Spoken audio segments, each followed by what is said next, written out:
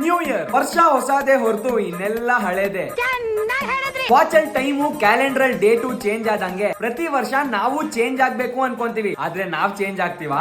No way. ಈ ವರ್ಷ gym ಹೋಗಿ ವರ್ಕೌಟ್ ಮಾಡಿ ಬಾಡಿ ಬಿಲ್ಡ್ ಮಾಡೋದೇ. ಈ ವರ್ಷ ಎಲ್ಲಾ ಸೆಮ್ದು ಬ್ಯಾಕ್ಲಾಗ್ ಕ್ಲಿಯರ್ ಮಾಡ್ಕೊಂಡು ಪಾಸ್ ಆಗ್ಬೇಕು. ಈ ವರ್ಷ ಬಾಯಿಗೆ ಬಂದಂಗ್ ಬೈಯೋ ನಮ್ಮ ಅಪ್ಪನ್ ಬಾಯಿಯಿಂದ ಬೇಷ್ ಅನ್ನಿಸ್ಕೋತೀನಿ. ಆದ್ರೆ ರಿಯಾಲಿಟಿಯಲ್ಲಿ ಜೋಶ್ ಅಲ್ಲಿ ಜಿಮ್ ಜಾಯಿನ್ ಆದೆ. ಈಗ ಹೋಗಕ್ ಮನ್ಸೇ ಬರ್ತಿಲ್ಲ. ಈ ಸೆಮ್ ಆದ್ರೂ ಪಾಸ್ ಆಗೋಣ ಅನ್ಕೊಂಡೆ. 15 ಬ್ಯಾಕ್ಲಾಗ್ ಇದ್ದಿದ್ ಈ ಸೆಮ್ದು ಸೇರಿ ಟೋಟಲ್ 18 ಬ್ಯಾಕ್ಲಾಗ್ ಆಗಿದೆ.